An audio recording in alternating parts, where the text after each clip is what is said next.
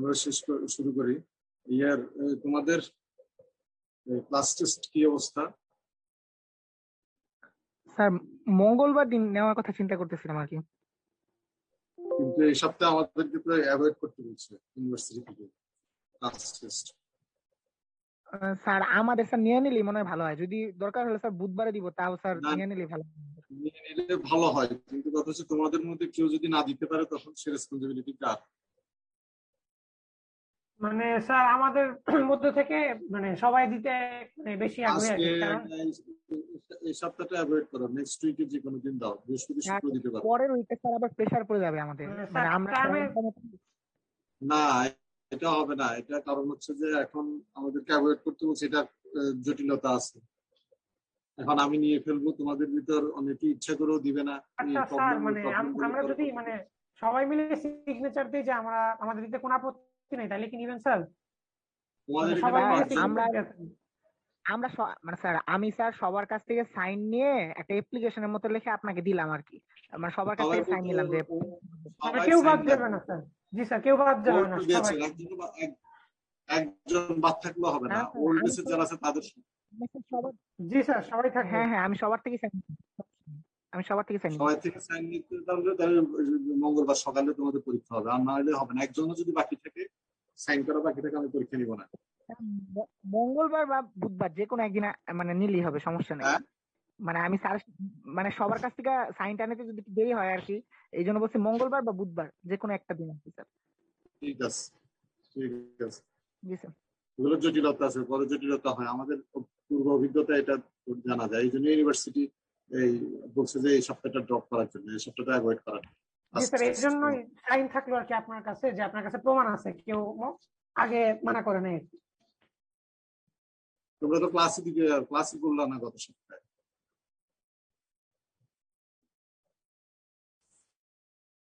জি sir. সবাই class করছে, তোমরা গত সপ্তাহে ক্লাস করো না। স্যার ব্যাপারটা কি, মানে খালি আমাদের ডিপার্টমেন্ট না তো, মানে পুরো 17 ব্যাচ থেকে আর কি সব ক্লাস অফ ছিল। তোমাদের সিনিয়র জুনিয়র সবাই ক্লাস করছে, তোমরা করো না তোমাদের ব্যাচ। আচ্ছা, আমরা গত ক্লাসে কোন পর্যন্ত পড়েছিলাম? এটা পড়ানো হয়েছে? এটা পড়ছিলাম আমরা।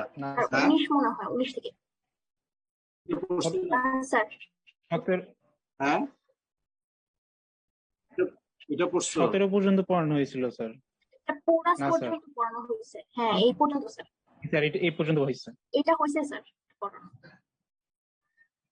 ঠিক আছে, আমরা এখন এখান থেকে এই স্লাইডটা তো হওয়ার কথা, ওইটা হলে এটা তো ওইটার সাথেই সম্পর্কিত। জি স্যার, এই পর্যন্ত 18 পর্যন্ত হয়েছে স্যার। হ্যাঁ, ঠিক আছে, এখান থেকে শুরু করো।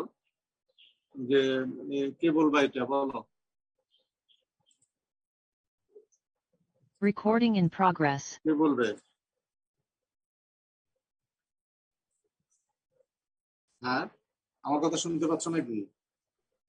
জি স্যার। জি স্যার। কে বলবে?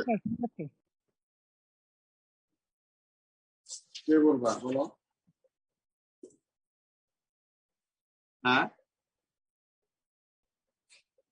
চুপ করে আছো কেন?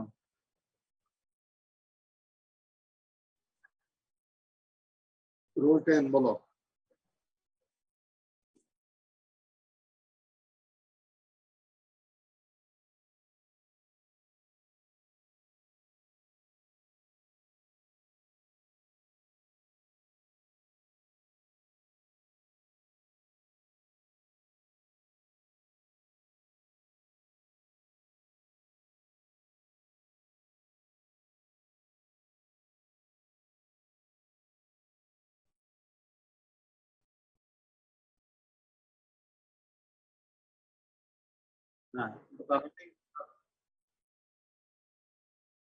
হ্যাঁ, বলো।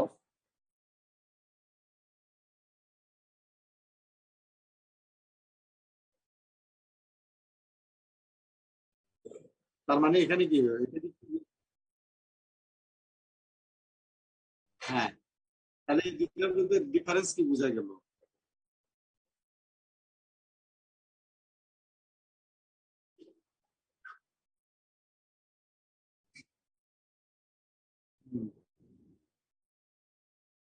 হ্যাঁ মানে এখানে যেটা খোলা হওয়ার কারণে সেন্টার পর্যন্ত তোমার এটা রিডিউস হচ্ছে, এখানে সেন্টারে কিন্তু তোমার থেকে যাচ্ছে, লেয়ার বাই লেয়ার থেকে যাচ্ছে। এটা টাইম দিলে ডিফিউশন আমরা দেখবো পরে, বিভিন্ন প্যারামিটার আছে, এই প্যারামিটার গুলো কন্ট্রোল করলে তখন এটা আস্তে আস্তে সেন্টার পর্যন্ত যাবে। তার মানে এটা টাইম অনেক বেশি লাগবে। কিন্তু যদি এটা পোরাস অক্সাইড হয় তাহলে দেখা যাবে যে তোমার এরকম আর কোনো এরকম লেয়ার হবে না, ডাইরেক্ট রিডিউস হয়ে একদম সেন্টার পর্যন্ত চলে যাবে। হ্যাঁ বলো, এটা দ্রুত বলো, এটা আগে অনেকবার করছো এগুলা, বলে যাও, বলো।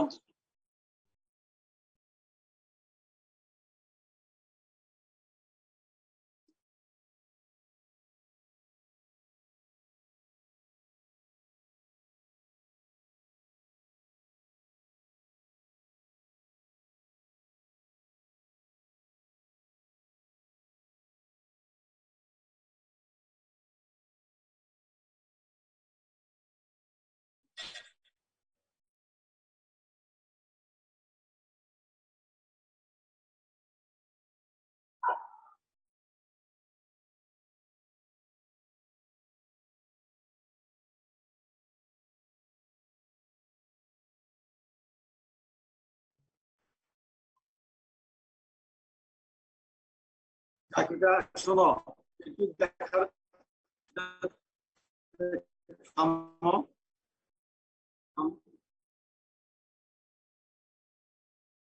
শোনো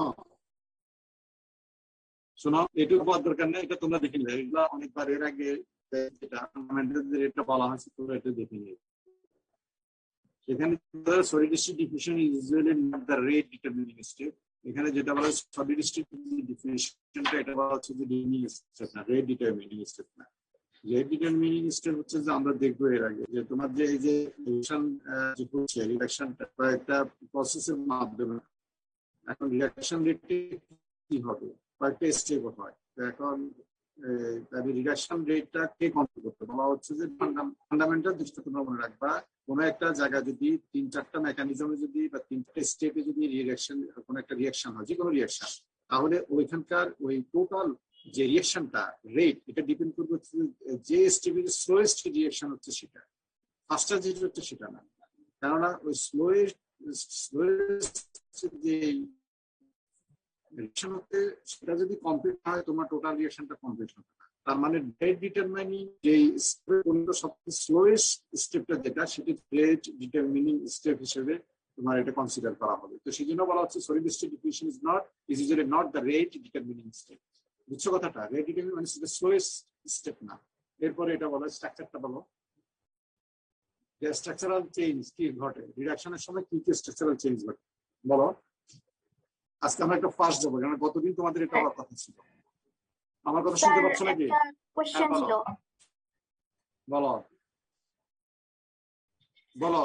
স্যার আগের স্লাইডে লেখা রিমুভাল অফ অক্সিজেন, ওইটা মানে কিভাবে, মানে অক্সিজেন রিমুভালটা বলতে কি রিডাকশনটা বোঝাচ্ছে নাকি হ্যাঁ, অন্য কিছু বোঝাচ্ছে? কোথায় কোথায় কি বলছো তুমি? সেকেন্ড লাইনে এটা once O has been removed from the outer layer. হ্যাঁ, তোমার শুরুতেই যে তোমার এটি আয়রন অক্সাইড ছিল না, পার্টিকেল না, তো পার্টিকেল থেকে তুমি যখন এখানে রিডিউসিং গ্যাস দিবা, রিডিউসিং এজেন্ট দিবা, সে অক্সিজেনটা নিয়ে যাবে না, নিয়ে গেলে সে অক্সিজেন যদি বের হয়ে যায়, তাহলে আগে আয়রন অক্সাইড ছিল, এখন অক্সিজেন নাই, কিন্তু এটা মেল্টও করে নাই, এটা সলিড অবস্থা আছে, তাই এটা পুরো একটা ইয়া তৈরি করবে না, মাস তৈরি করবে না, যে পিওর আয়রনের, সে কথাটা এখানে বলছে। আচ্ছা হ্যাঁ এটা বলো, স্ট্রাকচারটা বলো, বলো, বলো।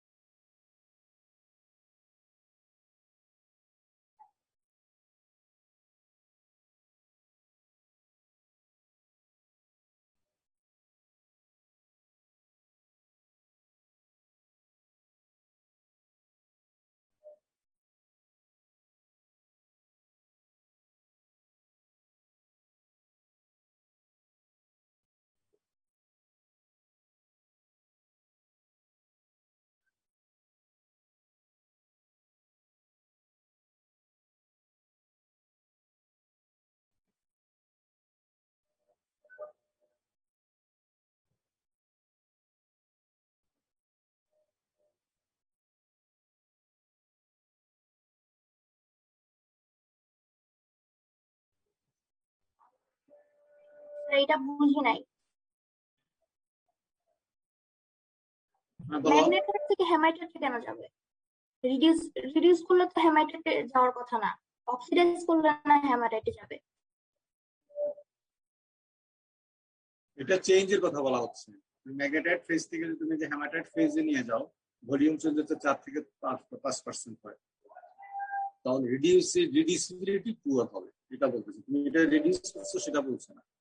রিডিউসিবিলিটি অর্থাৎ এই অবস্থায় ভলিউম চেঞ্জ, এখানে ভলিউম চেঞ্জের সাথে রিডিউসিবিলিটি এই তোমার কম্পেয়ার করতেছে, অর্থাৎ ভলিউম চেঞ্জ মানে কি স্যার ভলিউম, মানে কি স্যার ভলিউম, মানে কি স্যার ভলিউম চেঞ্জের সাথে কম্পেয়ার করছে।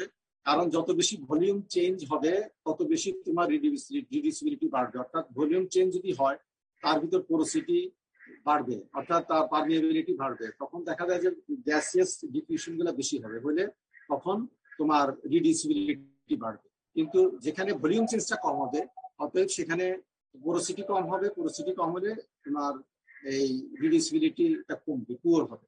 এই কথাটা এখানে মিন করছে। এখানে তোমার রিঅ্যাকশন হচ্ছে না, এখানে ভলিউম চেঞ্জ, ফিজিক্যাল চেঞ্জের কথা বলছি। হ্যাঁ বলো। তার মানে এখানে আমি বলি তোমাদেরকে, এখানে যেটা বোঝালে স্ট্রাকচারাল যে চেঞ্জ, সেটা আমাদের রিডিউসিবিলিটির জন্য কি এফেক্ট করে। তোমরা দেখছো হেমাটাইট সিপিএইচ স্ট্রাকচার, আর ম্যাগনেটাইট এবং ওস্টেট হচ্ছে এফসিসি স্ট্রাকচার। ম্যাগনেটাইট থেকে ওস্টেটে গেলে ভলিউম চেঞ্জ খুব একটা, হেমাটাইট থেকে ধরো ম্যাগনেটাইটে গেলে 25%, ম্যাগনেটাইট থেকে ওস্টেটে 7 থেকে 13% ভলিউম চেঞ্জ। আর ম্যাগনেটাইট থেকে যদি তুমি হেমাটাইট করো তাহলে এটা 4.5%। তার মানে যেটা দাঁড়ালো যে হেমাটাইট থেকে ম্যাগনেটাইটে তোমার ভলিউম চেঞ্জটা সবচেয়ে বেশি, তাই না, 25%। এখন এটা হচ্ছে বেনিফিশিয়ারি, এখানে রিডিউসিবিলিটি বেশি থাকবে। তাহলে এখানে যেটা বলা হচ্ছে যে reducibility improves it markedly when magnetite is first oxidized to hematite। তার মানে তুমি যখন এখানে আগে থেকে যদি কিছু ম্যাগনেটাইট থেকে থাকে, কথা শুনো, ম্যাগনেটাইট হেমাটাইট যদি থেকে থাকে, খেয়াল করো, তুমি যদি ভলিউম চেঞ্জ বেশি পেতে চাও, সাপোজ তোমার ওরের মধ্যে 40% ম্যাগনেটাইট আছে আর হেমাটাইট আছে 60%। এখন তুমি যদি এটাকে ভলিউম চেঞ্জ করাও, টেম্পারেচারের মাধ্যমে ট্রান্সফর্ম করাও, হ্যাঁ ধরো এটাকে এই হেমাটাইটটাকে ম্যাগনেটাইটে নিয়ে যাও, তখন ভলিউম চেঞ্জ বেশি হবে না ধরো তুমি পুরা হেমাটাইট থেকে তুমি 100% হেমাটাইট কনভার্ট করে ম্যাগনেটাইটে নিয়ে গেলে তখন ভলিউম চেঞ্জ বেশি হবে? বলো দেখি। আমার প্রশ্নটা কি বুঝছো? আমরা চাই যে ভলিউম চেঞ্জটা বেশি হবে। ভলিউম চেঞ্জ কখন হবে? হেমাটাইট থেকে ম্যাগনেটাইটে যদি হয়। এখন তোমার ওরের মধ্যে 100% কখনো হেমাটাইট থাকে না, এখানে ম্যাগনেটাইটও থাকে। কিন্তু ম্যাগনেটাইট থেকে তুমি এটাকে যখন ভলিউম চেঞ্জ করবা, তুমি রিডাকশনের দিকে যাবা, তাহলে আস্তে আস্তে কি হবে, ম্যাগনেটাইট থেকে তোমার ওস্টাইটের দিকে যাবে। খেয়াল করো ব্যাপারটা, ম্যাগনেটাইট থেকে ওস্টাইটের দিকে যাবে কি না? কথা বলো। ম্যাগনেটাইট থেকে ওস্টাইট, তাহলে তখন ভলিউম চেঞ্জ কত হবে? 7 থেকে 13% কিনা? 7 থেকে 13%। আবার কথার কথা, তুমি যদি ম্যাগনেটাইট থেকে হেমাটাইটে কনভার্ট করো, তখনও ভলিউম চেঞ্জ হবে 4.5%। এটা তো রিভার্স, রিডাকশনের ক্ষেত্রে এটা হবে না। উইদাউট রিডাকশন তুমি যখন টেম্পারেচার চেঞ্জ করবে তখন এটা হবে, এটা অক্সিডেশনের ক্ষেত্রে হবে এটা। তো এখন যেটা বলা হচ্ছে যে তুমি আমরা এক্সপেক্ট করি হচ্ছে যে সবসময় ভলিউম চেঞ্জটা যাতে বেশি হয়। বেশি হওয়ার জন্য আমাদের কি করতে হবে, যে আমরা যদি হেমাটাইট থেকে ম্যাগনেটাইটে নিয়ে আসি, যদি সব হেমাটাইটকে ম্যাগনেটাইটে ট্রান্সফার করি তাহলে 25% পাই, তখন সেই 25% আমরা যদি রিডিউস করি তখন আমাদের রিডিউসিবিলিটি বাড়বে 25% ভলিউম। তাহলে আমার কি করতে হবে? আমার যেটা করতে হবে যে এখানে কোনো ম্যাগনেটাইট থাকা যাবে না, অর্থাৎ ম্যাগনেটাইট থেকে তুমি হেমাটাইট করে ফেলবা। কিভাবে ম্যাগনেটাইট থেকে হেমাটাইট করবা? হেমাটাইট করলে এটা হচ্ছে তুমি অক্সিডেশন করে তুমি ম্যাগনেটাইটকে হেমাটাইট করবা। তাহলে এখন সব হচ্ছে যে Fe2O3 চলে আসলো, এরপরে Fe2O3 থেকে তুমি ম্যাগনেটাইটে কনভার্ট করবা। তাহলে দেখা যাবে যে সব ম্যাগনেটাইট হেমাটাইট থেকে যখন ম্যাগনেটাইট চলে যাবে তখন 25% তুমি ভলিউম পাবা। এই কথাটাই বলা হচ্ছে। এই স্ট্রাকচারের মেইন এফেক্ট হচ্ছে যে এটা, যে তুমি ভলিউম চেঞ্জ বেশি পাও, রিডিউসিবিলিটির জন্য তোমার এক্সপেক্টেড হচ্ছে ভলিউম চেঞ্জ বেশি হওয়া, সেই জন্য সব ম্যাগনেটাইটকে তুমি অক্সিডেশন করে হেমাটাইট করে ফেলবা। তারপর এবার হেমাটাইটকে তুমি যখন রিডাকশনের সময় ম্যাগনেটাইট আনবা তখন 25% ভলিউম পাবা। তখন এই ম্যাগনেটাইট থেকে যখন ওস্টাইট যাবে তখন ভলিউম চেঞ্জ কম হলেও কিন্তু তোমার এই যে ভলিউমটা থাকলো এখানে এই ভলিউম থাকার কারণে তার পোরোসিটিটা বেশি হবে, রিডিউসিটিটা বেড়ে যাবে। ঠিক আছে, এরপরে এটা বলো, এটা কি বলবা কৌশিক বলো, বাকিটা তোমরা পড়ে নিবা। এটা গতদিন তোমরা যে ক্লাসে করো না সেদিন আমি প্রিপারেশন নিয়ে আসছিলাম, আজকে আবার আমার প্রিপারেশন স্যার আমার নেটে সমস্যা করতেছে, আমার নেটে সমস্যা করতেছে, কি হয়ে যেতে পারে। তাহলে রোল আর কে বলবা, এটা রেট কন্ট্রোলিং স্টেপসটা কে বলবা? স্যার আমি বলি রোল 20। বলো। The first factor is the rate of heat and mass transfer across the gas flow boundary layer at the outer surface of the solid phase। মানে এখানে প্রথম ফ্যাক্টরটা হচ্ছে হিট ট্রান্সফারের রেট এবং ম্যাস ট্রান্সফারের রেট ওই গ্যাস ফ্লো বাউন্ডারি লেয়ার থেকে outer সারফেসে যে সলিড ফেজটা থাকবে সেই বাউন্ডারি বরাবর আর কি। অর্থাৎ তুমি যদি একটা ওভার ফেলে রাখো, ওভারের চারিদিকে যে একটা সবসময় একটা গ্যাস লেয়ারকে এনকম্পাস করে থাকবে না, থাকবে কিনা আমাদের চারিদিকে আর আছে কিনা, হ্যাঁ তার মধ্যে দিয়ে হিট এবং মাস ট্রান্সফার, এটা হচ্ছে যে প্রথম যেটা হচ্ছে যে হ্যাঁ। এখন রেট কন্ট্রোলিং স্টেপগুলি এখানে বলা হচ্ছে boundary layer control, gaseous diffusion control আর আয়রন পোর কন্ট্রোল। মানে পোর যদি আমরা বাড়াইতে পারি তাহলে তো গ্যাসিয়াস ডিফিউশনটা বেড়ে যাবে। তারপরে ইন্টারফেসিয়াল রিঅ্যাকশন কন্ট্রোল আর ফেজ বাউন্ডারি রিঅ্যাকশন কন্ট্রোল, মানে ইন্টারফেস যে রিঅ্যাকশন গুলি হবে এবং ফেজ বাউন্ডারিতে যে রিঅ্যাকশন হবে সেগুলি যদি কন্ট্রোল করতে পারি আমরা। এবং ফাইনাল হচ্ছে মিক্স কন্ট্রোল, যেখানে আগের গুলির আমরা একটা কম্বিনেশন ইউজ করব। এখন প্রথমে আমরা আসি nucleation and growth of ferrous. The relative partial pressure of carbon monoxide, carbon dioxide, hydrogen and H2O in the reducing gases and the presence of inert gases such as nitrogen affect the rate of reduction। মানে এগুলির partial pressure এবং নাইট্রোজেনের মতো inert গ্যাসের প্রেজেন্সটা হচ্ছে রেটটাকে effect করবে। The richer the gas in hydrogen and carbon monoxide, the faster will be the reduction rate। অর্থাৎ hydrogen এবং কার্বন মনোক্সাইড থাকলে রিডাকশনটা ফাস্টার হবে, এগুলো আমরা আগে রিঅ্যাকশন থেকে বুঝতে পারি easily. The richer the product of reduction such as H2O and CO2 will retard the reduction rate। অর্থাৎ মানে যে রিঅ্যাকশন প্রোডাক্টের মধ্যে যদি H2O এবং CO2 বেশি থাকে তাহলে হচ্ছে রিঅ্যাকশন রেটটাকে এটা স্লো করে দিবে। Finally, coal, lignite, charcoal or char in rotary kiln in direct reduction process, the rate of reduction is influenced by gasification of carbon of CO। মানে ওই যেখানে কোল লিগনিন ইউজ করা হয় এগুলোকে আমরা যদি গ্যাসিফিকেশন করে তারপর মনোক্সাইড ফর্মে নিতে পারি তাহলে হচ্ছে রিডাকশনটা বাড়বে আর কি, ইনফ্লুয়েন্স হবে। এখানে দেখো তোমাদের যেটা মাথায় রাখতে হবে হচ্ছে যে এই তোমার একটা আয়রন অক্সাইড যখন রিডাকশন হয় তখন এই ঘটনাগুলো ঘটে, এই স্টেজ গুলা ঘটে। এখানের মধ্যে রেট কন্ট্রোলিং স্টেপ হবে হচ্ছে যে স্টেপটা সবচেয়ে স্লোয়েস্ট সেটা। এখন প্রথম যেটা হচ্ছে যে এই চারটা তোমাদের মনে রাখতে হবে এবং যে এই চারটা মেকানিজম যেটা স্টেপস কি ঘটে সেটা তোমাদেরকে ডেফিনেশনটা বুঝতে হবে। ফাইনালি যেটা বলছে nucleation and growth of iron, বলা হচ্ছে যে তোমার আয়রনটা যখন রিডিউস হয়ে যাবে তখন এটা নিউক্লিয়েশন হবে, নিউক্লিয়েশন হয়ে তখন অন্যান্য আয়রন গুলা যে নিউক্লিয়েশন সেখানে সেটা আস্তে আস্তে গ্রোথ হবে। এটাও বলতেছে রেট অফ রিডাকশনকে কন্ট্রোল করতে পারে, কিন্তু এটার ব্যাপারে খুব বেশি এভিডেন্স পাওয়া যায়নি। কারণ বলা হচ্ছে যে আমাদের এখানে তো হাই টেম্পারেচার, এই রিডাকশনটা তো হাই টেম্পারেচারে হয় তাই না, প্রায় 900, 1000, 1200 আমরা দেখবো যে ওই টেম্পারেচারে হয়। ওই টেম্পারেচারে যেই আয়রনটা এখানে ফর্ম করবে সে আয়রনটা আর ডিফিউশন সলিডের মধ্যে দিয়ে অনেক বেশি হয়। অর্থাৎ এখানে স্লো হবে না, রেটটা স্লো হবে না এখানে। অর্থাৎ এখানে যেটা বলতেছে একটা হচ্ছে ক্লিয়ার না, আর একটা হচ্ছে যে বলতেছে যে হাই টেম্পারেচারের জন্য এখানে রেটটা হচ্ছে যে ফাস্টার হবে সলিড ডিফিউশনটা আয়রনের মধ্যে দিয়ে। অতএব এখানে এটা কোনো রেট কন্ট্রোলিং স্টেপ হতে পারে না। তবে যেটা বলছে সেটা হচ্ছে যে যদি লো টেম্পারেচার হয়, তোমরা জানো লো টেম্পারেচারে সলিড স্টেট ডিফিউশনটা হচ্ছে কম, সেক্ষেত্রে এটা রেট ডিটারমিনিং স্টেপ হতে পারে। কথাটা কি বুঝছো কিনা? Nucleation and growth of iron. Otherwise high টেম্পারেচারে যে রিডাকশন হচ্ছে রিডাকশন টেম্পারেচারে এটা রেট কন্ট্রোলিং স্টেপ হবে না, এই কথাটা এখানে বলা আছে। তোমাদের যে আমি লেকচার মেটেরিয়াল যেটা দিচ্ছি সেখানে দেওয়া আছে, এখানে আমি মেনশন করি না, শুধু মূল কথাটা এখানে আমি ইয়ে করলাম। এখন বাকি যে কথাগুলো বলা আছে এই কথাগুলো তো নর্মাল জিনিস, তোমরা এটা জানো। আমরা নেক্সট স্লাইডে চলে যাই। এখন আসলে যে প্রথম হচ্ছে বাউন্ডারি কন্ট্রোল, যেটা আছে বাউন্ডারি লেয়ার কন্ট্রোল, যেটা প্রথমটা বলো এটা। In boundary control, the overall reduction rate is controlled by the rate of diffusion of gas and heat through a boundary layer of stagnant gas that build up around each ore particle. মানে হচ্ছে কি যে overall reduction rate যেটা থাকবে সেটা control করবে কোনটা, যে ওই গ্যাসের ডিফিউশন এবং হিটের ট্রান্সফারটা ওই বাউন্ডারি লেয়ারের মধ্য দিয়ে আর কি। মানে ওর পার্টিকেলের চারপাশে গ্যাসটা হচ্ছে বিল্ড আপ করবে এবং এখানে স্ট্যাগনেন্ট গ্যাস মানে হচ্ছে এটা মুভ করতে পারতেছে না, এক জায়গায় স্থির হয়ে বসে আছে। এখন ওইটা কি রেটে ডিফিউজ করতে পারতেছে ভিতরে কোরের দিকে, সেটা হচ্ছে রেটটা ডিটারমাইন করবে। এটা কি স্যার ওই যে স্ট্যাগনেন্ট বুঝছো গ্যাসের কিনা বাউন্ডারি বাউন্ডারি লেয়ার বুঝছো কিনা? বাউন্ডারি লেয়ার যেটা বলছে ওই যে আগে যেটা বলা হলো পার্টিকেলের চারপাশে যে গ্যাসটা স্ট্যাগনেন্ট একটা গ্যাস ওভারল্যাপ করে এনভেলপ করে থাকে, ঢেকে রাখে, এইটা হচ্ছে যে তোমার বাউন্ডারি লেয়ার বলা হচ্ছে। এই বাউন্ডারি লেয়ারের মধ্যে দিয়ে তোমার কি হচ্ছে সামনে বাইরে তো থাকবে হচ্ছে তোমার রিঅ্যাক্ট্যান্ট রিডাক্ট্যান্ট গ্যাস। তো এই রিডাক্ট্যান্ট গ্যাস যেগুলো আছে সেগুলোকে কন্ট্রোল এবং হিট এবং দুটোই গ্যাস কন্ট্রোল গ্যাস ডিফিউশন এগুলোর উপর এটা ডিপেন্ড করবে।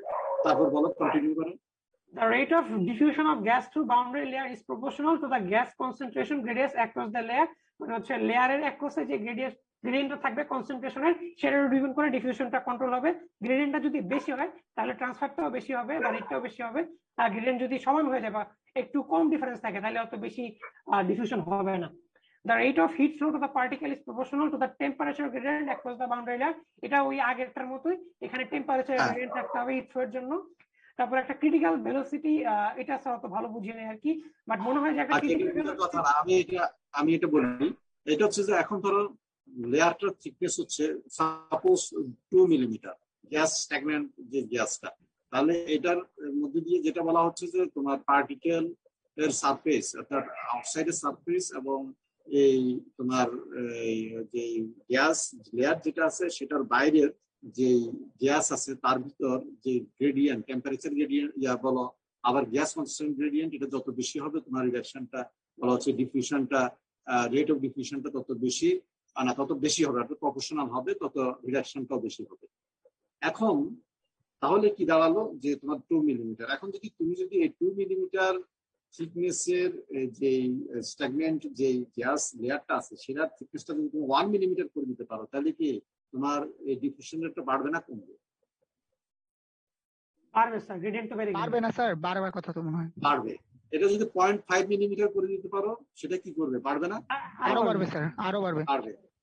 এখন ওরা হচ্ছে বলতেছে যে এটা কখন বাড়বে। তুমি ধরো এখন খুব ওখানে কিছুই পাঠালা না, তুমি বাইরে নর্মালি কোল দিলা বা হাইড্রোজেন দিলা, দিয়ে এটাকে তুমি রেখে দিলা, একটা তখন হিট করছে, তখন একটা গ্রেডিয়েন্ট তৈরি হবে, তখন একটা ডিফিউশন হবে। আরেকটা হচ্ছে যে না, তুমি এই রিডিউসিং গ্যাস যেগুলো আছে সেই রিডাক্টেন্ট গ্যাস গুলাকে তুমি একটা বাই ফোর্স তুমি দিচ্ছ, অথবা তুমি যে পার্টিকেলটা দিচ্ছ সেটাকে তুমি রোটেট করাচ্ছ। তাহলে যখন রোটেশন হবে অথবা যখন বাই ফোর্স তুমি যখন এখানে রিডাক্টেন্ট গ্যাসটাকে পাঠাবা, তাহলে যে 2 মিলিমিটার যে স্ট্যাগনেন্ট লেয়ার গ্যাস থিকনেস আছে সেটা কি কমে যাবে কিনা? জি স্যার, কমে যাবে। কমে যাবে কিনা কথা বলো।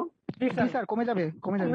এই যে ভেলোসিটিতে তুমি একটু মুভ করাবা পাঠাবা, এটাকে বলা হচ্ছে ক্রিটিক্যাল ভেলোসিটি। তুমি যতই ভেলোসিটি বাড়াবা ততই থিকনেসটা কমতে থাকবে, কিন্তু একটা ভেলোসিটিতে যে দেখা যাবে যে রিডাক্ট্যান্ট গ্যাসের তুমি একটা ভেলোসিটিতে যে তখন আর এটা তোমার এই থিকনেসটা কমছে না এবং রিঅ্যাকশন ডিফিউশনটা বাড়ছে না, অর্থাৎ ডিফিউশনটা বাড়ছে না, ওই রিঅ্যাকশন যেটা রেটটা সেটাও সমান থাকছে। যে ভেলোসিটিতে যে এটা আর বাড়ছে না, হ্যাঁ, সেটাকে ক্রিটিক্যাল ভেলোসিটি বলা হচ্ছে। বুঝে আসছে কথাটা এখন? জি স্যার। কথাটা কি বুঝছো? যে ভেলোসিটিতে যে বাড়াতে বাড়াতে আর থিকনেসটা কমছে না, খেয়াল করো ব্যাপারটা, থিকনেসটা আর কমছে না। থিকনেস যদি না কমে এই স্ট্যাগনেন্ট গ্যাস লেয়ারের, তাহলে তো তোমার তখন যতই বাড়ানো না কেন লাভ নাই, একই রিঅ্যাকশন থাকবে, একই ডিফিউশন, তাই না, একই হিট ফ্লো, তখন আর রিঅ্যাকশনের উপর আর কোনো প্রভাব ফেলবে না। না ফেললে তখন ওই ভেলোসিটিকে বলা হচ্ছে ক্রিটিক্যাল ভেলোসিটি। তোমরা এটা টেস্ট থেকে দেখে নিবা, তোমরা পড়ে আসো না এরপরে যাও। আমরা যখন মানে দিব তখন ক্রিটিক্যাল ভেলোসিটিতে দিব, এর চেয়ে বেশিও দিব না কমও দিব না, এরকম কি? ক্রিটিক্যাল ভেলোসিটি এই জন্য আমরা বেশি দিব না, বেশি দিলে তো লাভ নেই sir, loss. Optimum size of an ore particle or pellets for use any shaft furnace direct reduction process is about 10 to 13 millimetre, মানে 10 থেকে 13 মিলিমিটার হচ্ছে অপটিমাম সাইজ ওর প্লেটের জন্য।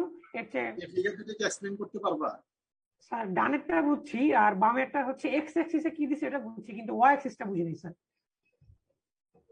মানে কোনটা বামটা? এটা হচ্ছে যে এটা ভয়েডেজ অফ মিক্সচার। মানে তুমি লার্জ এবং ফাইন স্মল পার্টিকেল ইউজ করতেছো, মানে স্মল পার্টিকেল ইউজ করলে রেশিওতে ভয়েডেজ, এই মিক্সচারের ভয়েডেজ অর্থাৎ ভয়েড কেমন হচ্ছে সেই জিনিসটা, ভয়েড মানে পোরোসিটি। তো এখানে এটা হচ্ছে যে নিচেরটা যেটা দেখাচ্ছে এটা হচ্ছে তোমার এই স্মল গ্রেইনের ভলিউম পার্সেন্টেজ, তোমার লার্জ লার্জ, গ্রেইন। হ্যাঁ 100% হচ্ছে তোমার লার্জ গ্রেন, আর এখানে 100% হচ্ছে তোমার স্মল গ্রেন। হ্যাঁ স্মল গ্রেন এখানে। তো এই স্মল গ্রেন দিলে দেখো 100%, তুমি সব যদি 100% লার্জ গ্রেন ইউজ করো ভয়েডেজ বেশি পাবা, আর সবচেয়ে 100% যদি স্মল গ্রেন ইউজ করো সেখানেও ভয়েডেজ তুমি বেশি পাবা।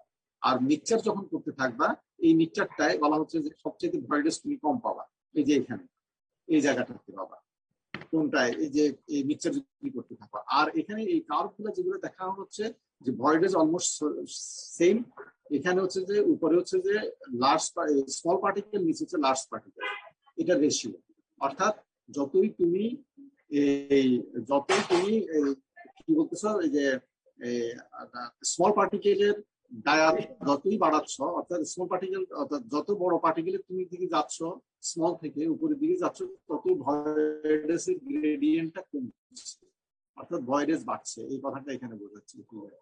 এবং আর এখানে এই পাশের ছবিটাতে যেটা দেখালো যে পার্টিকেল সাইজ বাড়ার সাথে সাথে তোমার রিলেটিভ রেজিস্ট্যান্সটা তোমার কি হয়ে যাচ্ছে, কমে যাচ্ছে, তাই না? রিলেটিভ রেজিস্ট্যান্স কি হচ্ছে, কমে যাচ্ছে। সাইজ বাড়ার সাথে সাথে কমে যাচ্ছে। রিলেটিভ রেজিস্ট্যান্স কমে যাওয়া মানে কি, তোমার রিডাকশনটা তোমার বাড়ে। যতই তুমি পার্টিকেল সাইজ কমাচ্ছ ততই তোমার কি হচ্ছে, রিলেটিভ রেজিস্ট্যান্স বাড়ছে। সেই জন্য তোমাকে বেশি ফাইন এবং বেশি লার্জ নেওয়া যাবে না। এইগুলো অ্যানালাইসিস করে যেটা বললো যে অপটিমাম সাইজ তোমার পার্টিকেলের ডিআর প্রসেসে 10 থেকে 30 মিলিমিটার। ডিআর প্রসেসে তুমি যে ওর পার্টিকেল গুলা নিবা, পিলেট গুলা নিবা, সেগুলা সাইজ হচ্ছে যে 10 থেকে 30 মিলিমিটার। এই জিনিসটা এখানে বোঝানোর চেষ্টা করছি। এরপরে আসো আমরা এই দেখো বাউন্ডারি লেয়ার কন্ট্রোল করছি, দেখছি আরেকটা হচ্ছে গ্যাস ডিফিউশন কন্ট্রোল, আর একটা ইন্টারফেসিয়াল কন্ট্রোল, অথবা এটাকে phase boundary reaction control, mixed control. আমরা গ্যাস বাউন্ডারি লেয়ার কন্ট্রোলটা দেখলাম। এখন আমরা যেটা হচ্ছে যে গ্যাসিয়াস ডিফিউশন কন্ট্রোল, আর একটা হচ্ছে যে ফেজ বাউন্ডারি রিয়েকশন। প্রথম ফেজ বাউন্ডারি রিয়েকশন কন্ট্রোলটা বুঝছে, বলো। When counter diffusion of the reducing gas and the product gas is in the reduced layer are sufficiently fast, concentration of the reducing gas at the reacting surface is effectively the same as the concentration at the particle surface. মানে হচ্ছে counter diffusion মানে কি, যে product গ্যাসটা বের হয়ে চলে যাবে রিঅ্যাকশন সাইড থেকে দূরে, আর রিডিউসিং গ্যাস যেটা সেটা হচ্ছে ডিফিউজ করে আসবে। এখন যখন এই দুইটা রেট সাফিসিয়েন্টলি ফাস্ট, তখন হচ্ছে কোনো কনসেন্ট্রেশন গ্রেডিয়েন্ট থাকবে না, মানে সবখানে কনসেন্ট্রেশনটা অলমোস্ট একই হবে। হ্যাঁ এখানে কি বলছে বলো, আবার একটু বলো। মানে এখানে স্যার দুইটা ডিফিউশন আসবে, একটা হচ্ছে গ্যাসটাকে বাইরে থেকে মানে রিঅ্যাকশন সাইডে আসতে হবে, আর একটা হচ্ছে কাউন্টার ডিফিউশন মানে রিঅ্যাকশন যে প্রোডাক্ট গ্যাসটা সেটা হচ্ছে বের হয়ে সারফেসের দিকে চলে যেতে হবে। এখন যখন এই দুইটা রেটই হচ্ছে সাফিসিয়েন্টলি ফাস্ট হবে, শোনো ফেজ বাউন্ডারি রিঅ্যাকশন, শোনো ফেজ বাউন্ডারি রিঅ্যাকশনটা কি আগে সেটা বুঝতে হবে। ফেজ বাউন্ডারি রিঅ্যাকশন বলতেছে যে দেখো when counter diffusion of reducing gas তো বাইরে থেকে আসবে, তাই না? আর প্রোডাক্ট গ্যাসটা কি যাবে, প্রোডাক্ট গ্যাসটা তো ওর থেকে যাবে, তাই না? ইন দা রিডিউস লেয়ার, অর্থাৎ যে লেয়ারটা তোমার মাত্র আয়রন, রিডিউস মানে কি, পিওর আয়রন, মানে পিওর আয়রনের মধ্য দিয়ে তোমার diffusion of reducing gas and the product gas আর সাফিসিয়েন্টলি ফাস্ট। কথাটা বুঝছো? রিডিউস লেয়ার বলতে বলা হচ্ছে কি, যেই আয়রনটা রিডিউস হয়ে গেছে, পোরাস আছে, concentration of the reducing gas at the reacting surface, অর্থাৎ এখন রিয়েক্টিং সারফেস মানে কি, তোমার আয়রন যেটুকু রিডিউস হয়ে গেল তো গেল, কিন্তু এরপরে যে অবস্ট্রাক্টটি আছে সেটা তাহলে ইন্টারফেসিং সারফেস না, বলো রিয়েক্টিং সারফেস কিনা? তাহলে concentration of the reducing gas at the reaction surface is effectively the same as its concentration at the particle surface, অর্থাৎ বাইরে যে তোমার কনসেন্ট্রেশন তোমার রিডিউসিং গ্যাসের আছে, তাহলে যেহেতু এখানে প্রথম যে প্রোডাক্টটা হচ্ছে সেই প্রোডাক্টের মধ্য দিয়ে, অর্থাৎ পিওর আয়রন যে যথেষ্ট পোরাস সেখানের মধ্যে দিয়ে যাচ্ছে, তাহলে এখানে তোমার যে কনসেন্ট্রেশন হবে রিডিউসিং গ্যাসের, ওই যে আয়রন এবং আয়রন অক্সাইড অবস্ট্রাক্টেড যে ইন্টারফেস যেখানে রিঅ্যাকশন হবে, সেখানেও একই রিডিউসিং গ্যাসের কনসেন্ট্রেশন সেম থাকবে, এই কথাটা বলছে। এরপরে বলো। The rate of reaction at the oostrate iron interface with control the overall reduction rate, মানে হচ্ছে এই রিঅ্যাকশন রেটটা ইন্টারফেসে oostrate iron ইন্টারফেসে ওভারঅল রিডাকশন রেটটাকে কন্ট্রোল করবে। আর এখানে একটা কাইনেটিক্স ল দেওয়া হয়েছে, time of reduction is proportional to the particle size, মানে আননোট হচ্ছে এখানে পার্টিকেল সাইজটা ডিনোট করতেছে। আর এখানে ভিতরে একটা টার্ম আছে এফ, এফটা হচ্ছে কি যে কত মানে কত ফ্র্যাকশনটুকু রিডাকশন হয়ে গেছে, সো এই কতটুকু রিডাকশন হয়েছে এটার উপরও এটা আসলে ডিপেন্ড করবে আর কি। আর এখানে আর জিনিস যেটা হচ্ছে যে একটা ইনিশিয়াল তোমার পার্টিকেল সাইজ, আর পার্টিকেল সাইজ এটা কি বোঝাচ্ছে? এটা হচ্ছে ডেনসিটি স্যার, ডেনসিটি। আর এটা বোঝাচ্ছে যে এটা ফ্র্যাকশন কতটুকু তোমার রিডিউস হয়ে গেছে, ফ্র্যাকশনাল রিডাকশন, হ্যাঁ, weight of oxygen remove as proportional weight of the remover oxygen ইত্যাদি। আর মিটার সেকেন্ডে আছে এটা। এখন তুমি এটাকে প্লট করলে কিরকম পাবা? একটা স্ট্রেট লাইন পাবা না, স্ট্রেট পাবা কিনা? তাহলে মানে এই কথাটাই বলছে, পড়ো এটা নিচের অংশটা। লিনিয়ার রিলেশনশিপ থাকবে আর কি, যে linear relationship between the growth of porous iron layer and time during early stage of reduction up to 60 to 80%, beyond the gaseous diffusion control becomes dominate. মানে এরপরে মানে 60 to 80% পর্যন্ত লিনিয়ার রিলেশনটা বজায় থাকে, কিন্তু এরপরে গ্যাসিয়াস ডিফিউশনটা রেট কন্ট্রোলিং হয়ে যায়। তার মানে এখানে লিনিয়ারিটিটা দেখো, খেয়াল করো, লিনিয়ারিটি আর্লি স্টেজে হবে এবং তোমার 60 থেকে 80% রিডাকশন পর্যন্ত রিডাকশন এই প্রসেসে হবে বলে এরপরে দেখা যাবে যে তোমার আর লিনিয়ারিটি থাকতেছে না, লিনিয়ারিটিটা তোমার কি হচ্ছে, এটা ডেভিয়েট করে যাবে। কেন ডেভিয়েট করবে? তখন বলছে যে এই গ্যাসিয়াস ডিফিউশন কন্ট্রোল এখানে তখন ডোমিনেট হবে, তখন আর ফেজ বাউন্ডারি রিঅ্যাকশন থাকবে না। গ্যাসিয়াস ডিফিউশনটা কি আমরা পরের স্লাইডে আসতেছি, কিন্তু এখন প্রশ্ন হচ্ছে এটা কেন হবে, এটা কি বলতে পারবে কেউ? উপরে বলতেছে যে ইয়াটা সাফিসিয়েন্টলি ফাস্ট, মানে ডিফিউশন রেটটা, মানে এখানে উপরে একদম প্রথমেই বলে নিতেছে কি যে রিডিউসিং গ্যাস এবং প্রোডাক্ট গ্যাসের ডিফিউশনটা সাফিসিয়েন্টলি ফাস্ট যখন হবে এটা তখনই কেবলমাত্র অ্যাপ্লিকেবল হবে, কিন্তু যখন 60 to 80% রিঅ্যাকশন হয়ে গেছে তখন তো স্যার বাইরে মানে অনেক পুরো মানে ঠিক একটা লেয়ার তৈরি হয়েছে অক্সাইড। এটা অ্যাপ্রোপ্রিয়েট আনসার। কথাটা কি বুঝছো? তখন তো ধরো তোমার রিডিউসড আয়রনের থিকনেসটা বেড়ে গেল না, বেড়ে গেছে কিনা? তাহলে তো তোমার দেখা যাবে যে এখন যে আগে বলা হচ্ছিল যে ডিফিউশন রিডিউসিং গ্যাস যেটা ছিল তার কনসেন্ট্রেশন বাইরে এবং ভিতরে সমান, ডিউ টু দ্য কি এটা হচ্ছে যে থিকনেস অফ রিডিউসড আয়রন, তাই না? সমান থাকবে স্যার, তো ঠিক হয়ে গেল, ঠিক হয়ে যাওয়ার কারণে এখন গ্রেডিয়েন্ট চলে আসবে, তখন লিনিয়ারিটি থাকবে না, ডেভিয়েট হয়ে যাবে তখন। এবার এটা কথা কি বুঝছো কিনা? এটা হয় এই জন্য, এটা জানার জন্য তোমাদেরকে এখানে বলা হলো, তোমরা বুঝছো হয়তো। এখন গ্যাসিয়াস ডিফিউশন কন্ট্রোলটা বলো। The rate of diffusion of the reducing gas inwards and the product gas outward through the porous iron layer is slower than the rate of reduction, মানে হচ্ছে রিঅ্যাকশনের জন্য যে গ্যাসটা লাগবে সেটা তোমার বাইরে থেকে আসতে হবে এবং যে প্রোডাক্ট গ্যাসটা তৈরি হচ্ছে সেটা তো রিঅ্যাকশন সাইড থেকে চলে যেতে হবে। এখন এই রেটটা যখন ওই পোরাস লেয়ারটা ঠিক হয়ে গেছে তখন রেট অফ রিডাকশন হচ্ছে স্লো হয়ে যায়। predominant rate controlling mechanism for তাহলে গ্যাসিয়াস ডিফিউশন কন্ট্রোল বলতে এটা কি বোঝাচ্ছে? গ্যাসিয়াস ডিফিউশন কন্ট্রোল এটা বলতে এটা কি বোঝাচ্ছে? মানে এটাই তো এখন স্লোয়েস্ট স্টেপ, সো এটাই তো স্যার কন্ট্রোল করবে পুরো রেট। মানে এটা ডেফিনিশনটা কি স্টেপ করছো?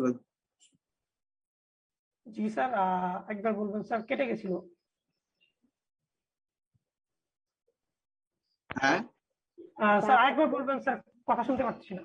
মানে তোমার গ্যাসিয়াস ডিফিউশন কন্ট্রোল যেটা বলা হচ্ছে না, সেই মানে তুমি যেমন ফেজ বাউন্ডারি লেয়ার, প্রথম তো বাউন্ডারি লেয়ার গেল, সেটা কি সেটা বুঝছো তাই না, একটা স্ট্যাগন্যান্ট লেয়ার। আর ফেজ বাউন্ডারি যেটা সেটাও বুঝবে, কিন্তু গ্যাসিয়াস ডিফিউশনটা ডেফিনিশনটা কি আগে সেটা বলো। স্যার ওই যে বাইরে মানে বাইরে যে অ্যাটমসফিয়ারটা আছে সেখান থেকে রিডিউসিং গ্যাসটাকে তো স্যার হচ্ছে রিঅ্যাকশন সাইট পর্যন্ত আসতে হবে, ওইটা তো স্যার গ্যাসিয়াস ডিফিউশন, মানে যে পোরাস লেয়ারের মধ্যে দিয়ে আসতে হবে। হ্যাঁ, আবার স্যার ওইখানে যে রিঅ্যাকশনের কারণে যে গ্যাসটা প্রডিউস হচ্ছে সেটা তো স্যার ওই পোরাস লেয়ারটা পার হয়ে বাইরে চলে যেতে হবে, না তো রিঅ্যাকশন। তাহলে গ্যাসিয়াস ডিফিউশন কন্ট্রোলটা বুঝছো তো? তার মানে পোরাস বড় ঠিক একটা লেয়ারের মধ্যে দিয়ে আসতেছে, এটাকে তোমার গ্যাসিয়াস ডিফিউশন কন্ট্রোল বলা হচ্ছে। হ্যাঁ, অতএব এখানে দেখা যাচ্ছে যে এটা মানে এটা মানে আগে যে বলা হচ্ছিল যে ফেজ বাউন্ডারিতে এটা সেম থাকবে, এটা সেম না, তাই না? জি স্যার, একটা গ্রেডিয়েন্ট থাকছে। তো স্যার এটাই হচ্ছে মানে এখন স্লোয়ার হয়ে গেছে, স্লোয়ার হওয়ার কারণে এটাই হচ্ছে এই পুরো রিঅ্যাকশনের রেটটাকে কন্ট্রোল করবে, এই গ্যাসের ডিফিউশনটা। তো predominant rate controlling mechanism for high temperature reduction of large particles greater than 7 mm beyond 50% reduction when the layer thickness exceeds about 1 mm, মানে হচ্ছে যখন ওই 7 মিলিমিটার চেয়ে গ্রেটার পার্টিকেল 50% চেয়ে বেশি রিডিউস হয়ে যাবে, তখন 1 মিলিমিটার চেয়ে বেশি থিক লেয়ারটাই হচ্ছে মানে গ্যাসিয়াস ডিফিউশন কন্ট্রোল করবে আর কি। মানে এটার চেয়ে কমে থাকলে আগের পেপ থাকতো, কিন্তু এটার চেয়ে বেশি হয়ে গেলে এখন গ্যাসিয়াস ডিফিউশনটা কন্ট্রোল করবে। হ্যাঁ, তো এখানে পরবর্তীতে আরেকটা মডেল দাঁড় করানো হয়েছে যে where the gaseous diffusional mechanism is the controlling factor, the time for reduction is proportional to the square of the particle diameter, মানে এতক্ষণ লিনিয়ার ছিল, এখন কি যে স্কয়ার অফ দ্য পার্টিকেল ডায়ামিটারে প্রপোর্শনাল হয়ে গেছে আর কি। এখানে আরেকটা রেট কন্ট্রোল আগে কিন্তু স্কয়ার ছিল না, তাই না? আগে স্কয়ার ছিল না, লিনিয়ার রিলেশন ছিল, এখন স্কয়ার রিলেশন। তো এখানে হ্যাঁ, এখন এখান থেকে এটাও তুমি প্লট করতে পারবা। এখন তাহলে এটা যেটা দাঁড়ালো যে আমরা তাহলে বেসিক্যালি তুমি যদি বাউন্ডারি লেয়ারটা আগে যেটা আছে সেটা যদি বাদ দেয়, ফেস বাউন্ডারি যেটা এই যে ফেজ বাউন্ডারি কন্ট্রোল, যেটা phase boundary reaction control, basically এই দুটো, আরেকটা হচ্ছে গ্যাস ডিফিউশন কন্ট্রোল। এটা হচ্ছে যে মেইন দুটো মেকানিজম, এই দুটো মেইন মেকানিজম, তাই না? ফেজ বাউন্ডারি তুমি এখান থেকে ইন্টারমিডিয়েট স্টেজে হবে যখন কনস্ট্যান্ট ডিফিউশনটা কোনো ম্যাটার না, এখানে ডিফিউশন সেম থাকবে, তাই না? ফাস্টার থাকবে, আর এখানে হচ্ছে ডিফিউশনটা স্লো হয়ে যাবে। হ্যাঁ, এটা হচ্ছে যে তোমার এখন যে জিনিসটা হচ্ছে, তাহলে এরপরে আসতেছে এই দুটোকে মিলিয়ে মিক্স কন্ট্রোলটা আসতেছে। মিক্স কন্ট্রোলটা বলো। মিক্স কন্ট্রোল হচ্ছে sir gas boundary layer, phase boundary reaction and gaseous diffusion act together under serious steady condition to determine the overall reaction rate. মানে হচ্ছে এখানে দুইটাই মিলে মানে পুরো রিঅ্যাকশন রেটটা কন্ট্রোল করবে, কোনো একটা পার্টিকেলে ডমিনেট করবে না। Degree of reduction should yield slope of unity for phase boundary reaction and 2 for gaseous diffusion control. এটা স্যার একটু কম বুঝছি স্যার, মানে স্লোপ অফ ইউনিটিটা কি স্যার? না, এখানে যেটা হচ্ছে যে এই যে তুমি এগুলা স্লোপ পাবা না, এটা এবং আগেরটার যে স্লোপ পাবা না। জি স্যার, ওই পি ভার্সেস আর এর যে স্লোপটা, হ্যাঁ, সেই কথাটাই বলতেছি। মিক্স কন্ট্রোলে বলা হচ্ছে যে gas boundary layer, phase boundary reaction and gaseous diffusion act together, হ্যাঁ, আন্ডার মানে সবগুলা gas boundary layer, phase boundary layer, gases diffusion, etc. together under CO2 steady state conditions to determine the overall reaction rate. Mixed control rate definition. Degree of reduction should yield slope of unity for phase boundary reaction. Phase boundary reaction এ তোমার degree of রিডাকশনের যে তুমি slope পাবা সেটা বলা হচ্ছে unit 1, হ্যাঁ, এবং 2 পাবা হচ্ছে গ্যাসিয়াস ডিফিউশনের জন্য। তাহলে আমরা এখানে কি পেলাম যে তুমি স্লোপ যেটা পাচ্ছ সে গ্যাসিয়াস ডিফিউশনের জন্য 2, আর হচ্ছে যে তুমি এর জন্য পাচ্ছ যে 1। এখন স্লোপ অফ মিক্সড কন্ট্রোল তুমি যদি এখন ফেজ বাউন্ডারি এবং গ্যাস বাউন্ডারি হয় তাহলে থাকবে কি 1 এবং 2 এর মাঝামাঝি সেম কথাটা। এন্ড বলা হচ্ছে increase the value as the reaction যখন প্রসিড করবে তখন তোমার স্লোপ 1 থেকে আস্তে আস্তে স্বাভাবিক 1টা হচ্ছে ফেজ বাউন্ডারি ছিল, রিঅ্যাকশন ছিল, যেটা হচ্ছে যে তোমার outer concentration and interface reaction interface concentration of reducing gas হচ্ছে সেম ছিল। এরপরে তুমি যতই গ্যাসিয়াস কন্ট্রোল ডিভিশনে যাচ্ছ সেখানে হচ্ছে যে তোমার এই স্লোপ বাড়ছে। এখন যতই তুমি আস্তে আস্তে রিঅ্যাকশন প্রসিড করবে তখন বলা হচ্ছে যে তোমার এই ভ্যালুটা ইনক্রিজ করতে থাকবে, স্লোপটা বাড়তে থাকবে। এরপরে দেখো gaseous diffusion is the most important phenomenon governing the kinetics of iron oxide reduction. এই গ্যাস ডিফিউশনটা হচ্ছে যে তোমার মেন হচ্ছে যে তোমার আয়রন রিডাকশনের, অক্সাইড রিডাকশনের তোমার গভর্নিং ফ্যাক্টর যেটা বলা হয়, গভর্নিং স্টেপ বলা হয়। স্যার এখানে এই ছবিটা শোনো, একটা কোশ্চেন স্যার, বলো স্যার মিক্স যে এটা দেখাইলো কন্ট্রোলটা, ওটা স্যার কোন সময় হবে? মানে এটা কি পুরো সময় ধরে হবে এরকম? কোনটা স্যার যে মিক্স কন্ট্রোলটা মানে যেরকম স্যার বললো যে গ্যাসের, হ্যাঁ পুরো সময় হতে পারে। কিছু ইনিশিয়ালি খেয়াল করো কখন হবে, তুমি নিজে বুঝতে পারবে। ইনিশিয়ালি যদি ফেজ বাউন্ডারি হয়ে যায়, থিকনেস বেড়ে গেল না, থিকনেস বেড়ে গেলে তখন কি আস্তে আস্তে পুরোপুরি এটা মিক্স কন্ট্রোলে যাওয়ার আগে আস্তে আস্তে কৃষি হবে, ডিফিউশন শুরু হবে কিনা? জি স্যার শুরু হবে। এক সময় যখন পুরোপুরি সে যখন এই আর এই তোমার কনসেন্ট্রেশনের অনেক পার্থক্য হয়ে যাবে, যথেষ্ট ঠিক হয়ে যাবে, তখন তো আর ফেজ বাউন্ডারি ইনজেকশনটা আর হবেই না, পুরাটাই চলে আসবে গ্যাসিয়াস ডিফিউশন। তখন তো পুরো ট্রানজিশনটাই হবে আর কি মিক্সড। হ্যাঁ, মাঝখানের স্টেজটা কি পুরো মিক্স না? জি স্যার বুঝতে পারছি। এই যে এখানে গ্রাফটা দেখে স্লোপটা একটু বলো। স্যার এখানে হচ্ছে ওই যে আগের পেজে যেটা বললাম আর কি, যে ফার্স্টে 1 থাকবে, স্লোপটা 1 থেকে আস্তে আস্তে 2 এর দিকে যাবে, তখন যাবে রিডাকশন রেট পার্সেন্টেজটা বাড়বে স্যার। তখন 1 থেকে আস্তে আস্তে 2 এর দিকে যাচ্ছে, মানে যতই রিডাকশন পার্সেন্টেজটা বাড়তেছে ততই 1 থেকে 2 এর দিকে যাচ্ছে, এটাই হচ্ছে এখানে। এই কথাটা বুঝতে পারছি। হ্যাঁ বলো, এরপরে বলো। Initially, when the slope is 1, rate of reduction depends on the phase boundary reaction, মানে যেটা আগে দেখে আসলাম আর কি, যে ইনিশিয়ালি 1 থাকবে এবং এই রেট অফ রিডাকশনটা হচ্ছে ফেজ বাউন্ডারির উপরে ডিপেন্ডেন্ট হবে। As reduction proceeds, the uniform and gradual increase in the slope occurs and gas diffusion becomes more and more important, মানে হচ্ছে ওই যে আগের কথাগুলো আর কি, যে আস্তে আস্তে লেয়ারটা ঠিক হচ্ছে, গ্যাস ডিফিউশনটা কমে যাচ্ছে। সো আসলে কার্ভটা বুঝছো তো, এটা হচ্ছে একটা কার্ভ বোঝাচ্ছে যে প্লেটের সাইজ বাড়ার সাথে সাথে তোমার কি হচ্ছে টাইম, লক টাইম যেটা বলা হচ্ছে এটা বাড়তেছে। আর একটা যেটা বলা হচ্ছে যতই তুমি উপরের দিকে এই রিঅ্যাকশন প্রসিড করতেছে তত স্লোপটা তোমার বাড়ছে। অর্থাৎ আস্তে আস্তে ফেজ বাউন্ডারি থেকে এটা চলে যাচ্ছে মিক্সড ইয়াতে ডিফিউশন, ইয়াতে গ্যাসিয়াস ডিফিউশন, যেটা গ্যাসিয়াস ডিফিউশনে ওই স্টোর। আর দুটোর মিক্স যেটা, এটাকে মিক্স কন্ট্রোল বলা হচ্ছে।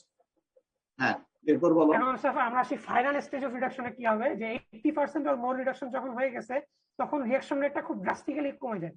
Reduction can continue only by solid state diffusion of carbon atom or carbon atom and oxygen atom, মানে হচ্ছে এখানে কার্বন এবং অ্যাটমের হচ্ছে সলিড স্টেট ডিফিউশন করতে হবে। মানে এতই ঠিক হয়ে গেছে গ্যাসের অক্সাইড লেয়ারটা যে গ্যাস গুলো ডিফিউশন করতে পারবে না, একমাত্র সলিড অ্যাটমগুলো ডিফিউশন করে আসতে পারে এবং তখন খালি রিঅ্যাকশনটা হবে। At temperature above 650 degree Celsius the reduction rate gets retarded, মানে 650 এর উপর রিডাকশন রেটটা খুব রিটার্ড করে এবং তখন সিন্টারিং এবং রিক্রিস্টালাইজেশন হয়। সিন্টারিং হলে কি, যে পোরগুলো একদমই বন্ধ হয়ে যাবে, তখন তো স্যার আরো গ্যাস আসতে পারবে না, সো রিডাকশন রেটটা আরো কমে যাবে। নরমালি কি হয় 650 ডিগ্রির উপরে গেলে টেম্পারেচার যত বাড়বে তোমার ডিফিউশন কার্ভ বেড়ে যাওয়ার কথা। বেড়ে গেলে তোমার কি হবে? তোমার রিডাকশন বাড়ার কথা না, কিন্তু কমে যাচ্ছে বলতেছে। কেন করতেছে? হাই টেম্পারেচারে কি আয়রনটা সিন্টারিং হয়ে যাবে না? সিন্টারিং হয়ে গেলে তাহলে তোমার পোরোসিটি গুলো তো লক হয়ে যাবে, এটা তো কন্টিনিউয়াস নেটওয়ার্ক থাকবে না। জি স্যার, কোনো গ্যাস আর ঢুকতে পারবে না স্যার, গ্যাস ফ্লো করতে পারবে না স্যার, গ্যাস ফ্লো করতে পারবে না। হ্যাঁ এখন sir dear process final product is not reduced beyond 90%, the mechanism of reduction is not important, মানে ওই 90% এর চেয়ে বেশি রিডাকশন আর হয় না, পসিবল না স্যার, এবং এই মেকানিজম এখানে ইম্পর্টেন্ট না। এখন role of properties of pellets, pellets contains low gang content, high reducibility, and minimum tendency to disintegrate or stick together during reduction. মানে এটা তোমরা বই থেকে তোমাদের লেকচার মেটেরিয়াল থেকে এটা পড়ে নিবা, যে আমি যেগুলো লেকচার নোট যেগুলো দিয়েছিলাম ওখানে বলা হচ্ছে তুমি যদি প্যালেটের ভূমিকাটাকে, রোলটা কি বুঝেছো, যে তোমার এই তুমি যে ভালো রিডাকশন যদি পেতে চাও তাহলে লো গ্যাং কন্টেন্ট হবে, high reducibility, minimum tendency to disintegrate মানে যেটা ছোট হয়ে যাওয়া রিঅ্যাকশন ইত্যাদি, এন্ড স্টিক, একটার সাথে একটা যে সিন্টারিং যেটা স্টিক করতে পারবে না, এই জিনিসগুলো যদি থাকে তাহলে তার এই কোয়ালিটি গুলো থাকলে তখন রিঅ্যাকশনটা ভালো হবে। এটা তারপর বলো গ্যাস কম্পোজিশন প্রেসার, দা গ্যাস কম্পোজিশন, মানে এখানে যে গ্যাস কম্পোজিশন থাকে অ্যাটমসফিয়ারে, কার্বন মনোক্সাইড থাকে, হাইড্রোজেন গ্যাস থাকে, CO2 থাকে, ওয়াটার ভেপর থাকে এবং ইনার্ট নাইট্রোজেন গ্যাস থাকে।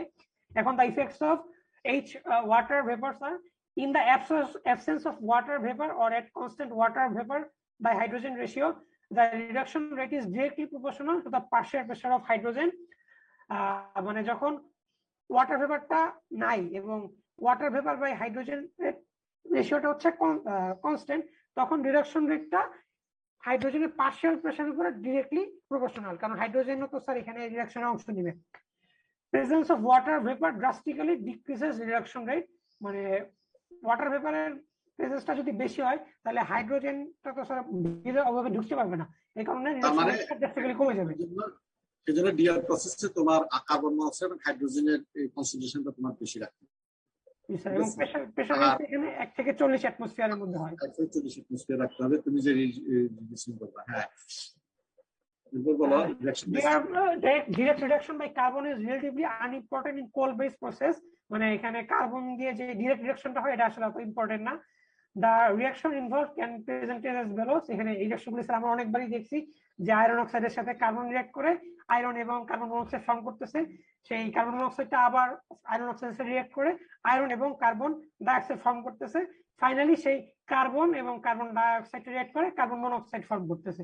তো এই রিঅ্যাকশন গুলোকে যদি স্যার সাজেশন করি তাহলে দেখবো কি যে স্যার আসলে মেইন রিঅ্যাকশনটা কার্বন মনোক্সাইডের সাথে হচ্ছে এবং কার্বনটা মেইনলি কার্বন ডাইঅক্সাইডের সাথে রিঅ্যাক্ট করতেছে। তো ডিরেক্ট রিডাকশনটা অত ইম্পর্টেন্ট না আসলে স্যার। আচ্ছা, আমি এর আগে একটা গত ক্লাসে একটা পড়েছিলাম, কি আনসার দিতে পারো যে আমরা দেখছি যে এইসব রিডাকশন প্রসেসে কার্বন ডিপোজিট হয়। আমার কথা শুনতে পাচ্ছ? জি স্যার। আমরা বলছিলাম কার্বন ডিপোজিশনটা বেনিফিশিয়াল। কেন বেনিফিশিয়াল কে বলতে পারবে? কার্বন ডিপোজিশন হলে স্যার এই কার্বন ডাইঅক্সাইডের সাথে রিঅ্যাক্ট করে কার্বন মনোক্সাইড তৈরি করতে পারে। কার্বন ডিপোজিট হলে তোমার আয়রনের মধ্যে তো কার্বন কিছু ঢুকে যাবে, কারণ আয়রন কার্বাইড হিসেবে। এই আয়রনের মধ্যে যে কার্বনটা ঢুকলো এটা বেনিফিশিয়াল। আমরা এটা বলছিলাম না যে কার্বন ডিপোজিশন কি বলে, এটা বেনিফিট অফ কার্বন ডিপোজিশন, এটা একটা টাইটেল ছিল না গত ক্লাসে? ভুলে গেছো?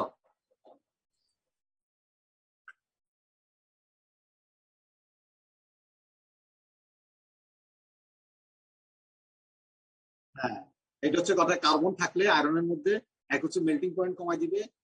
এরপরে তুমি যখন স্টিল প্রডিউস করতে যাবা তখন ওর মধ্যে তো আমরা 100% আয়রন অক্সাইড তো রিমুভ করতে পারি না, কিছু আয়রন অক্সাইড থেকে যায় না, যায় কিনা?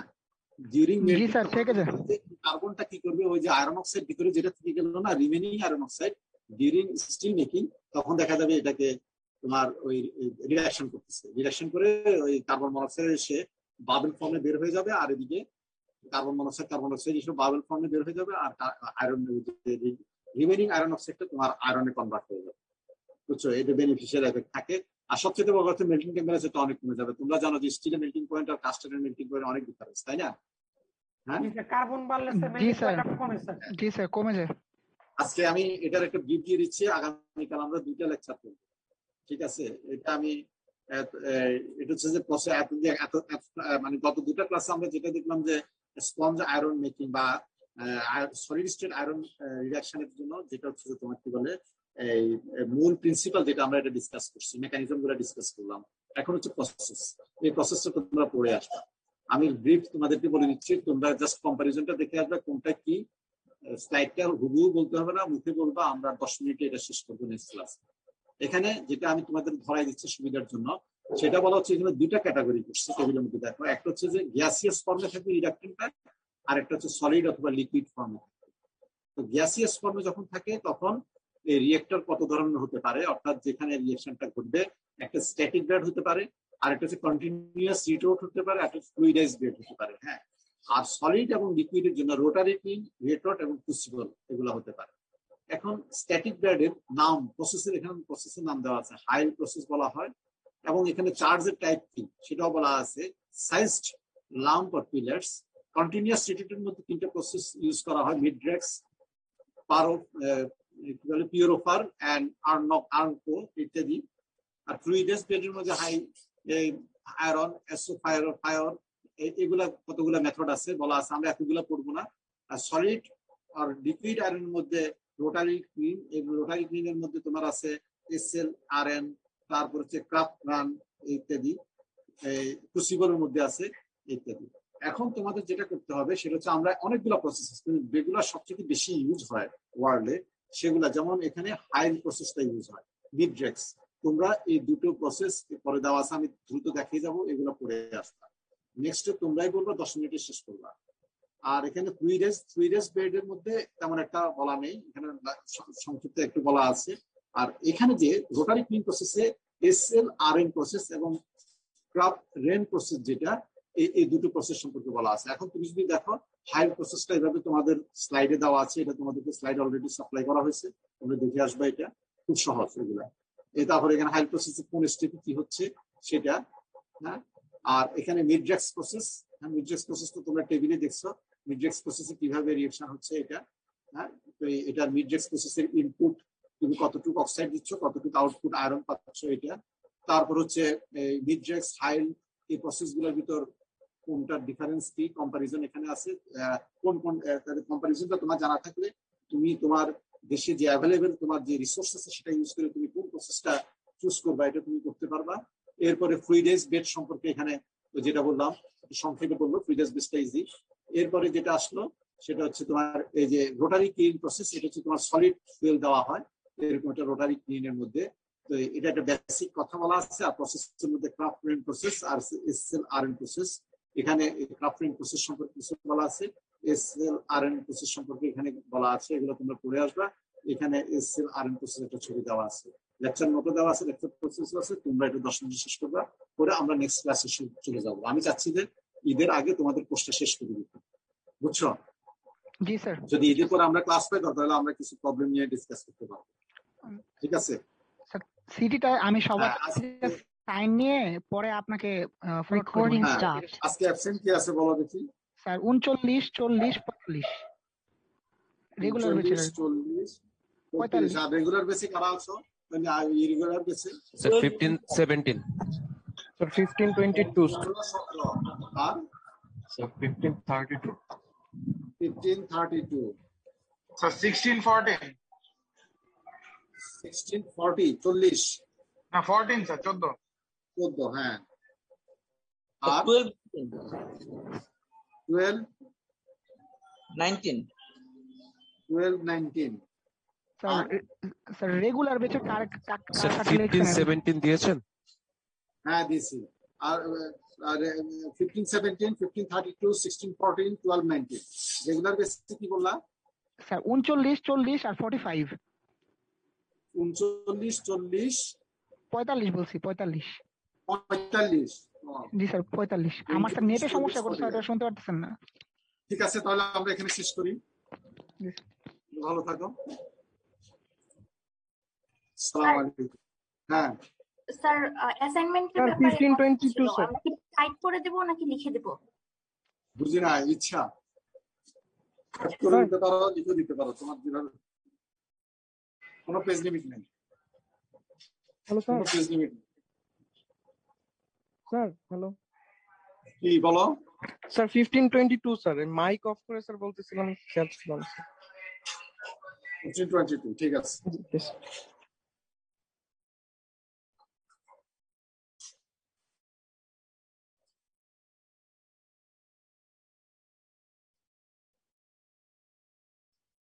হবে না কেন? আমি তো তোমাদেরকে ছেড়ে দিচ্ছি, যত সুন্দরভাবে তোমরা প্রসেসটা বুঝাইতে পারবা, তত ইনফরমেশন যত বেশি থাকবে ততই ভালো। বুঝো নাই কথা? জি স্যার বুঝতে পারছি। তোমার এই প্রসেসটা বোঝানোর জন্য, অ্যাসাইনমেন্ট বোঝানোর জন্য তোমার যা যা দরকার তা তুমি দেবা। যে যত ভালো বুঝাতে পারো তার গ্রেডিং তত ভালো আসবে। এটা তো ওপেন, সবকিছু তো ওপেন, বুঝছো না? জি স্যার বুঝতে পেরেছি। ঠিক আছে, আসসালামু আলাইকুম। ওয়ালাইকুম আসসালাম।